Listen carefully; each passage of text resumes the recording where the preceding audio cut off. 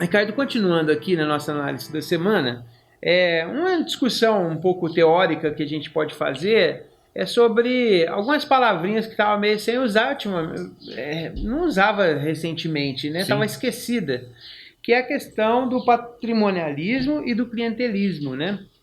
O que vem a ser isso aí, Ricardo, assim, na avaliação e naquilo que a gente está querendo pensar aqui? Ó, são coisas teóricas, mas totalmente vinculado com a prática e com a realidade atual. Porque assim, antes da Constituição, não existia essa ideia de direito universal. Por Hum. exemplo, você não nascia, ou você, ou quem está nos vendo, com o direito, por exemplo, ao acesso à saúde. Você não nascia com direito ao acesso à educação, ao acesso à moradia. Quem constrói essa noção de direito universal é a Constituição de 88, aqui no Brasil, mas essa noção de direito universal ela já vai sendo construída em outros países, principalmente da Segunda Guerra Mundial para cá, quando se pensou em construir os chamados estados de bem-estar social. Então, assim, o artigo 6º da Constituição diz, são direitos sociais, a saúde, a educação, a moradia, o transporte, a segurança. Então, qualquer brasileiro, ao nascer, já tem por direito acesso a essas políticas públicas, que são responsabilidade do Estado, ou sozinho, ou em parceria com a iniciativa privada. Mas o caso é que você tem direito ao atendimento à saúde, você à educação, eu também, assim por diante. Quando isso não existia, como é que você acessava a saúde? Como é que você acessava a educação? Você tinha que pedir favores. Favores para quem? Geralmente para um político. Um político poderoso. Que pegava a saúde, a educação, que são coisas públicas, como se fossem dele. Isso é patrimonialismo. Então, um cara poderoso, ou cheio da grana, ou com poder político, que pega uma parte do espaço público e usa como se fosse dele. E você, que não tem essa garantia de direito universal, precisa ir lá bater na porta dele para pedir favor.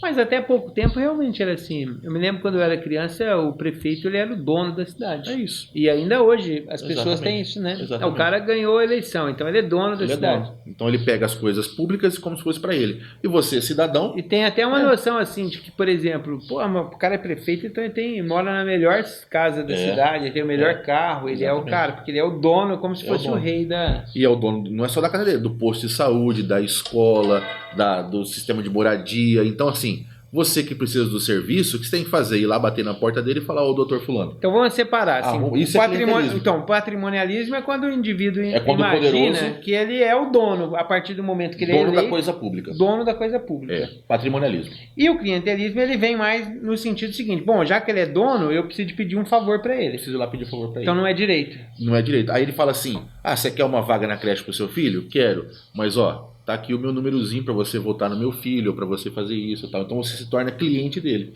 Você vai atrás de um direito, ele é o dono daquele direito, ele faz um favor para você, mas te cobra outro. Então, mas só que nós estamos falando aqui no texto que desde 88, com a Constituição, acabou tudo isso. Não acabou, mas a Constituição ela apontou para o final disso. Sim. Né? E ela responsabilizou o poder público para dar conta de que isso termine. Né? A gente sabe que isso não acabou, a gente sabe que em várias cidades ainda existe o coronelismo e tudo mais. Tem uma tendência aí, assim, o Estado ele está sendo construído para que isso termine. Agora, acabar de fato é muito difícil. Exatamente. Né? Mas pelo menos você tinha uma lei geral e você poderia, por exemplo, a partir da Constituição, se você não tem acesso à saúde, procurar a justiça.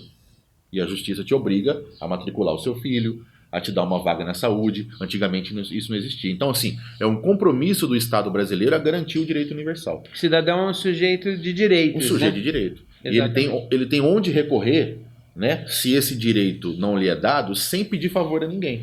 Ele vai lá e pede o seu direito. Mas é difícil quebrar isso, né, Ricardo? Exato. Porque, assim, olha, a pessoa, ela fala assim, eu vou chamar o vereador para poder resolver aqui o problema da creche do meu filho. Ela pode até fazer isso, mas o vereador ela não tem que resolver o problema da creche do filho dela, ela tem que resolver o problema de ter creche para todas as crianças. Então, né? Isso é um costume, né, uma cultura brasileira que ainda existe porque o Estado ainda não deu conta de oferecer para o cidadão os direitos sociais que ele tem direito. Em certa medida, é até interessante que o Estado seja falho para alguns políticos, porque assim ele pode chegar a intervir em nome de uma ou de outra pessoa. Com certeza, mantendo o patrimonialismo e o clientelismo. Eu vejo isso sempre, eu não trabalho na prefeitura, não sou funcionário público, mas assim, a gente verifica o camarada chegar numa repartição pública com o cartão de um vereador. Exatamente. Não é? Exatamente. Agora, a gente está falando que a Constituição apontou para a tentativa de superar isso, né? Sim. Só que Com a privatização dos direitos sociais, que está colocado nas reformas, por exemplo, que estão sendo vindas desde os anos 90, mas que foram muito intensificadas a partir de 2016, com o Michel Temer e agora com o Bolsonaro e o banqueiro Paulo Guedes, o patrimonialismo e o clientelismo vão poder voltar. Porque as propostas que eles estão fazendo é de realmente acabar com a Constituição. Acabar com esse acesso universal aos direitos sociais, principalmente, que estão no artigo 6º. Então isso vai voltar. Então o que a gente falou aqui no vídeo, no outro vídeo que está no ar aqui, né, nessa nossa análise, que o liberal, o que o cara que está defendendo essa agenda do governo diz? Nós vamos privatizar a saúde ou diminuir muito a saúde através do Estado mínimo, e a mãe e o pai de família pode perguntar, mas você vai diminuir o SUS? Como é que eu vou ter acesso então à saúde? Se o posto de saúde do meu bairro nem funciona direito, agora você vai privatizar? Aí o liberal vai falar o seguinte, mas você pode ir lá pagar. Você vai pagar uma taxa módica, né, da empresa, e você vai poder acessar, obviamente, com limite, né? 3 consultas por mês e tudo mais. Ou, sabe o que o liberal fala para você, Paulinho, para quem está nos vendo? Pera aí que o Estado vai te dar um cupom fiscal, é um vale consulta ou um vale aula. E aí o Estado é que vai escolher quem vai poder. Não é todo mundo que vai poder pegar esse vale. São alguns escolhidos. Aí você vai lá, pega um vale que os liberais têm um nome famoso, um nome bonito para eles, é voucher. Chama voucher. Aí você pega esse voucher, que é esse cupom, e entrega no posto de saúde privatizado ou na escola privatizada, e através desse voucher o seu filho vai poder estudar ali, né? Agora, se você não for escolhido dentro dos critérios do governo, você não vai ter voucher, você vai ter que ser obrigado a pagar. E aí a gente está sabendo, nesse nosso discurso, nessa nossa narrativa, aponta para quê? Para a intensificação da volta do patrimonialismo e do clientelismo. Era aquela história das cestas básicas, né? Exatamente, de volta. A gente está tendo uma inversão aí no Brasil, né? Ao invés da gente poder modernizar, né, com as coisas que dão certo em outros lugares até, sim, ou mesmo que está dando certo no Brasil, não. A gente está voltando às velhas práticas, sim, que sempre maltratou a população. E é preciso dizer, Paulinho, que existe uma propaganda muito forte hoje dos meios de comunicação empresarial, das próprias forças políticas que apoiam essas pautas, de convencer o trabalhador e a trabalhadora de que isso é o bom. Sendo que nos países mais ricos e desenvolvidos não existe experiência de país desenvolvido e rico que esteja com a agenda que o Brasil está introduzindo. Não. Em todos esses países existem garantias de direito universal. Sim. Só para a gente fechar, né, Ricardo? Tá todo mundo vendo que essa receita que os caras estão colocando não está dando certo, né? Não tem, é óbvio, tá todo mundo verificando isso, a questão do dólar alto, toda a inflação voltando,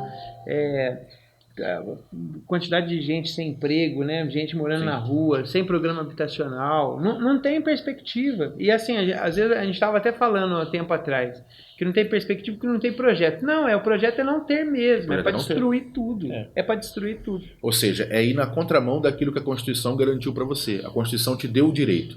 E se o Estado não te dá a vaga na creche, não te dá a vaga na escola, não te dá a vaga no posto de saúde, não te dá moradia, hoje você tem a possibilidade de lutar por isso, inclusive na justiça, obrigando o Estado a te dar esse direito. Amanhã, com essa agenda que está sendo colocada, nem isso você vai ter, porque isso não vai ser mais seu direito. Aí ou você paga, ou você pega o cupomzinho, entra na fila, faz seu cadastro e procure um vereador da situação para ele conseguir te dar um papelzinho para você ir lá. E o seguinte, cara, se virar essa questão aí dos vales, vai ter troca de vale por outras coisas, com né? certeza. Porque a pessoa não vai querer ficar só com aquele negócio ou a consulta médica ou da escola. Exato. O da moradia, da habitação, que eles tentaram colocar já esse sistema, não vingou. Sim. As empreiteiras não quiseram, não. Exatamente. Então eles estão tentando agora achar... Tá tudo parado na habitação. Sim. Eles estão tentando achar um outro modelo porque o modelo de vale construção não deu certo. Então, pessoal, a agenda desse governo, que é a agenda neoliberal, destruição dos direitos sociais, ela não interessa a quem vive do trabalho. E é preciso que as pessoas se conscientizem disso, né, Paulinho? Sim, tá na hora já, hein? É isso aí. Tá passando da hora já. Tá passando da hora.